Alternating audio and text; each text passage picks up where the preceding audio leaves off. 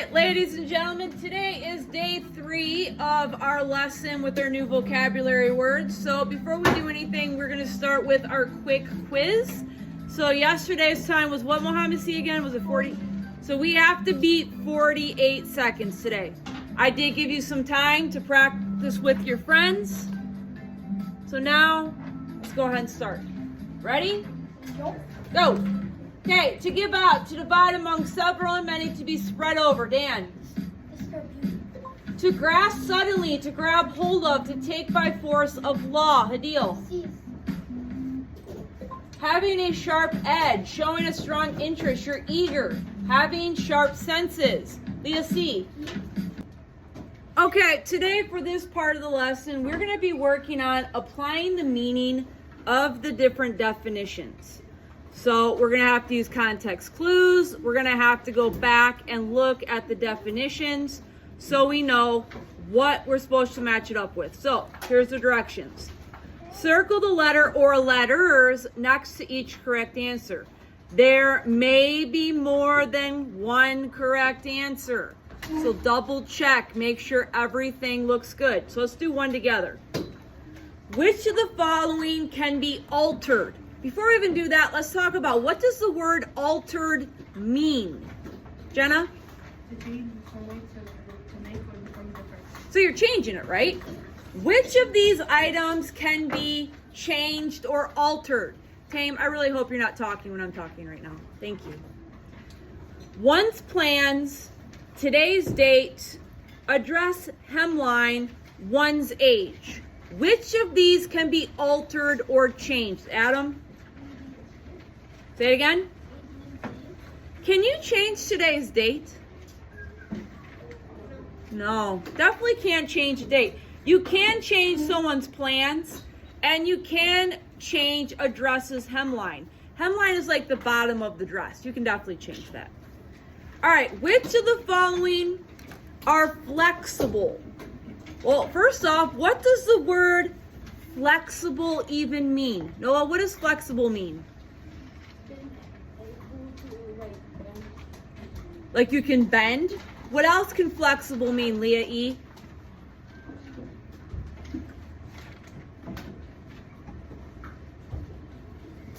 You need a helper? Okay, so to adjust, to bend, Hadil? Able to bend easily. All right, so which of the following can be like moved? They're flexible. They can bend. They can be altered in a way.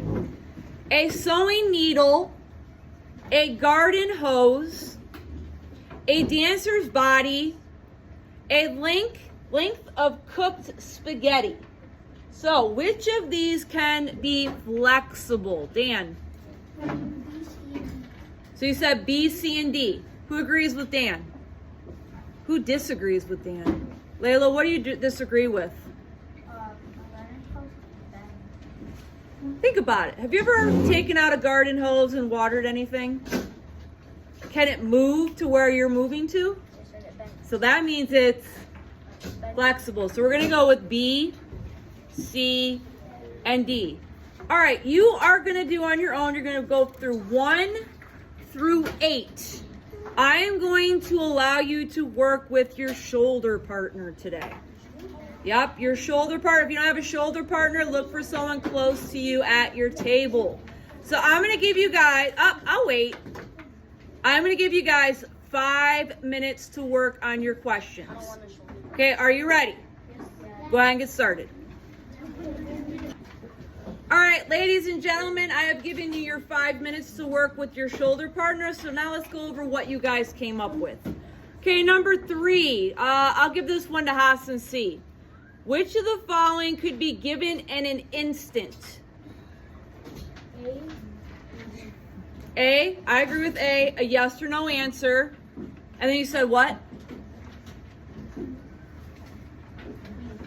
B. A nod of agreement. Yep, you can do that pretty quickly. What about a 10-page report?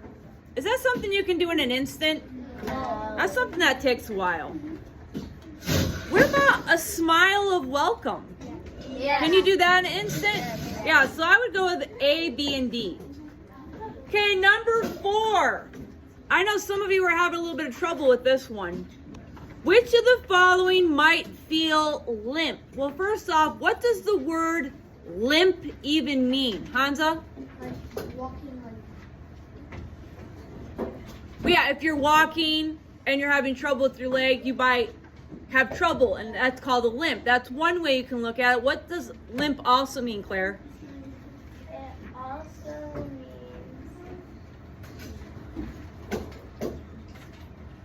an uneven or lopsided walk. That's what Hansa just said. I want you to think of this. Has anyone had spaghetti? Yeah. Have you ever taken the noodles and like picked it up? What happens to the noodle, Hadil? It wiggles, right? That's another way that we can talk about limp. So limp could be the way that someone walks if they have a hurt leg. Or say you have like a spaghetti noodle, it's limp, right? It wiggles a lot. So which of these kind of fits that? Let's go with Haidar. What do you got? So a sheet of wet cardboard. Who agrees with Haidar on that one? Yeah, have you ever gotten a piece of cardboard wet? Is it wiggly? Yeah. Okay, what would be another good answer? Leah, C? C, a sheet of ice. I want you to think about this, Leah. If you've ever picked up ice, is it wiggly? No. What is it? It's Is it really, well, it's slippery, but that's not really kind of matching up with limp. When you pick up a sheet of ice, is it easy to move? It's hard, right? So I'm definitely going to disagree with a sheet of ice. So we're left with a sleeping child and a sheet of plywood. Noah, what are you thinking? Yeah, has anyone ever picked up, or their parents picked someone up, Yes. and the kid kind of like moves around? Yeah, you have a little sibling. Are they like solid? They don't move? No, they're all over the place. So I'll definitely go with a sleeping child. Now, what about a sheet of plywood? So think about it. Guess what your desk is made out of? Plywood. Is your desk easy to move around? No. No, it's one solid sheet of wood. So I'm going to definitely say no to that one. All right, number 5. Guys, that doesn't mean start moving your desk around. Thank you. Scurry. Number 5, which of the following could scurry? We have, so if you don't know what it means, what do you think you should do? Go look at that over here. Oh, thank you, Edna. So maybe you should go back and look at the definition to help you. Oh, no. So we have a spider, a whale, an elephant, a mouse. Do you notice something here?